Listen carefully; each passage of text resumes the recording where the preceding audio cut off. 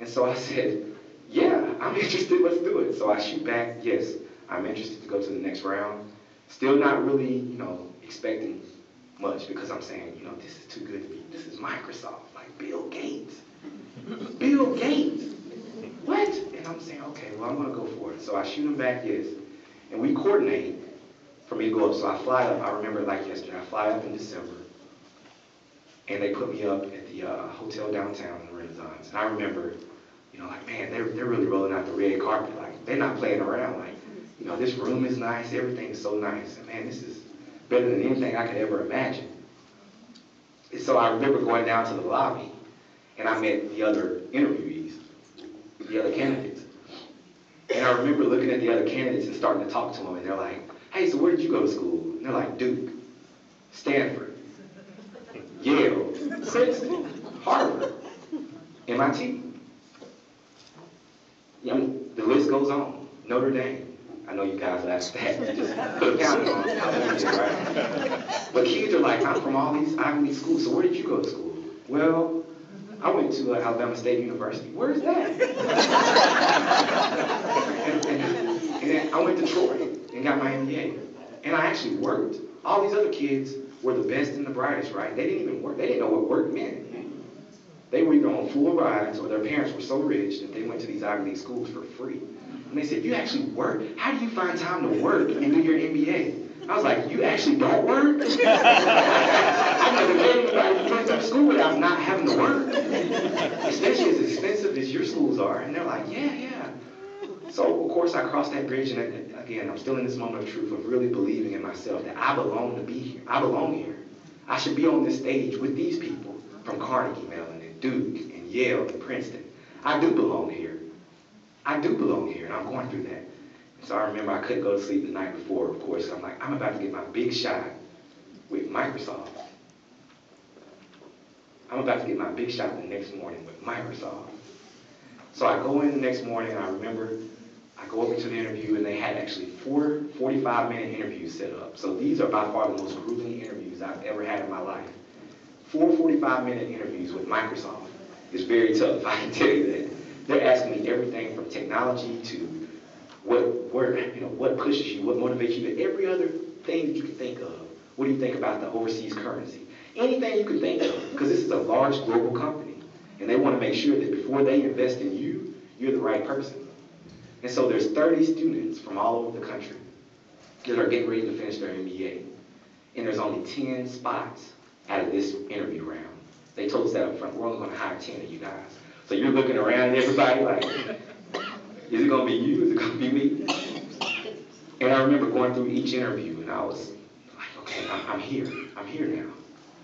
I'm here. I'm going to go for it. I go through each interview, and I felt good, but you just never know, right, until you receive an offer. So I said, okay, I'm just going to go for it.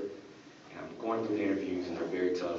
And I remember at the end of the day, they say, okay, well, you're going to go, all of you are going to go back to your separate ways, right? You're going to go home, and you'll find out in the next week or so if you receive an offer. If you don't receive an offer, farewell, good luck. And so I'm thinking, oh, that's probably me. I'm from Scottsboro. Let's review this again. I'm from Scottsboro. I don't know anybody in Scottsboro that's ever worked at a company like Microsoft. I'm a first-generation college student. I don't have an Ivy League degree. I feel like I'm not the slowest, but I'm probably not the smartest in terms of these people I'm up against. All these factors, right? All these things that could have made me say, I just give up, right?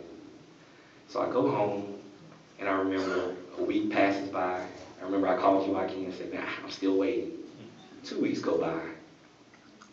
3 weeks go by. And then on that 4th week, about a month later, on January the 5th of last year, I received a call that utterly changed my life. And I say that right here in front of you, it changed my life. They gave me an opportunity to join Microsoft. And not this small, itty-bitty role, but as an enterprise sales rep. That I get to work hand in hand with CEOs of GM and Ford, Comerica Bank. You get to do this for fun now. This is your job. It's already fun, but now this is my job. You're going to compensate me the way that I should be compensated, with the best in the world, world class. You changed my family's life. Now I'm showing people that you can make it. And here I am receiving this. moments of truth where we decide whether we're going to be a success, whether we're going to pay the price, even when we stumble, accounting 101, graduation delayed, people saying, Microsoft, you're Doug, you're from Scottsboro, that's not you. To standing here before you today, working for Microsoft.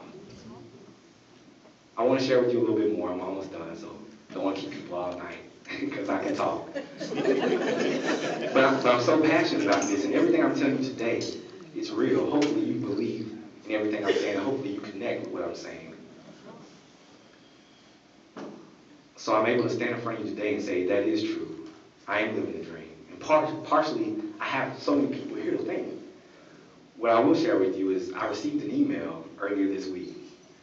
And it was actually from my manager saying, do you actually mind if you share your story? And I'm sitting here thinking, share my story for, well, who's like, what story? I just started working here 6 months ago. You know, I'm just now getting into my first major big deals, right? I'm just starting to close some of those. But what story? He said, well, you know, I had actually told him I was coming here to speak in front of you, all of you. And he says, really? And then he goes and he does all this background work around me and comes back to me and says, I've actually shot this over as a concept to be featured in what we call MSW, which is our internal site. So no matter where you work, we have 100,000 employees at Microsoft. No matter where you work, whether it's Asia, Russia, Italy, doesn't matter. They all see MSW. It's an internal publication. It's on the website, and they send an internal publication around. And he says, I want you to be featured. People need to hear your story, how you can come from a small town, 16,000, I think he said, right? 16,000 people to a company of 100,000. The company's bigger than Scottsboro. But you can come into a company of 100,000 people, no Ivy League education. And you can have the dedication, the humility, the belief that you can succeed at Bill Gates' company. I said, well, yeah, I'm interested. He said, okay, well, just be on standby. I received another email yesterday, and I actually shared this with Mr. Hill on my way in, on my flight yesterday. And it says, hey, we would love to interview you Monday. So I've actually got an interview Monday from 3 to 3:30 with our third-party consultant that does all of our publications at Microsoft. We would like to actually do a feature story where now my CEO, the CEO of Microsoft, Steve Ballmer, we call him Steve B. Steve B will now read about me and the impact of a small town kid who is now standing in front of you today, this day of January the 12th, 2013. And that's now going to go global. So this is not a small thing. It's not about me. But this is not a small thing. What we're doing here today is to commemorate, obviously, Dr. King and his dream. But don't ever believe that what you're doing and what you're believing in, and those kids, those youth that you believe in, the sky really is the limit. Now this story will be shared across the world.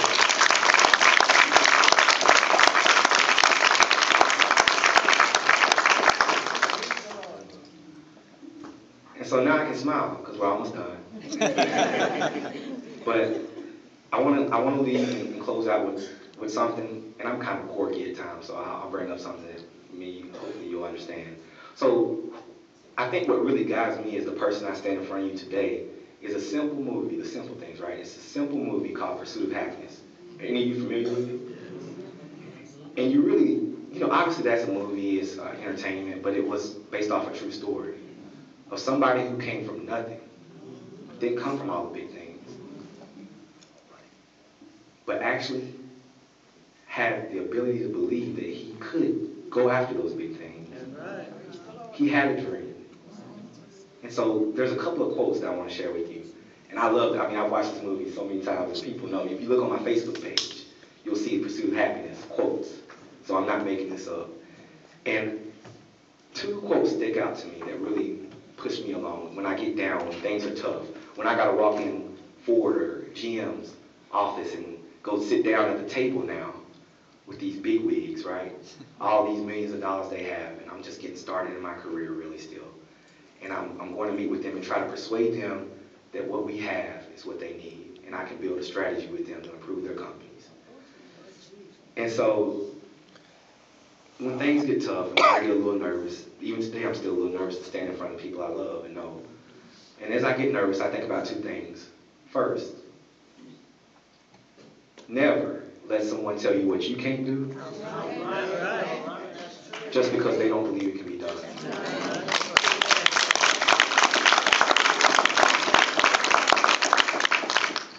And the reason I share that is because I rewind that part. Even with DVD, I go back to that part over and over and over. Remember, if you think about it, that's when Will and his son, right? They were playing basketball, and his son wanted to shoot basketball, which I love. And he didn't want to play. He had all these other issues and problems going on in life, right? He lost his job, lost his wife, lost his family, everything. He's living on the street. He's homeless. And so he's looking at his son. He's like, I want to play basketball, Dad. And he said, son, put that basketball down. We've never had any basketball players in our life, in our family. Nobody's ever made it to the NBA. I come from that same story. I am that story. And that's why I love it so much, because when people weren't necessarily believing, he said, you know what, son, he come back and said, he realized what he had done. And he said, you know what, son? He looked him dead in the eyes and connected and said, never let someone tell you what you can't do just because they don't believe it can be done.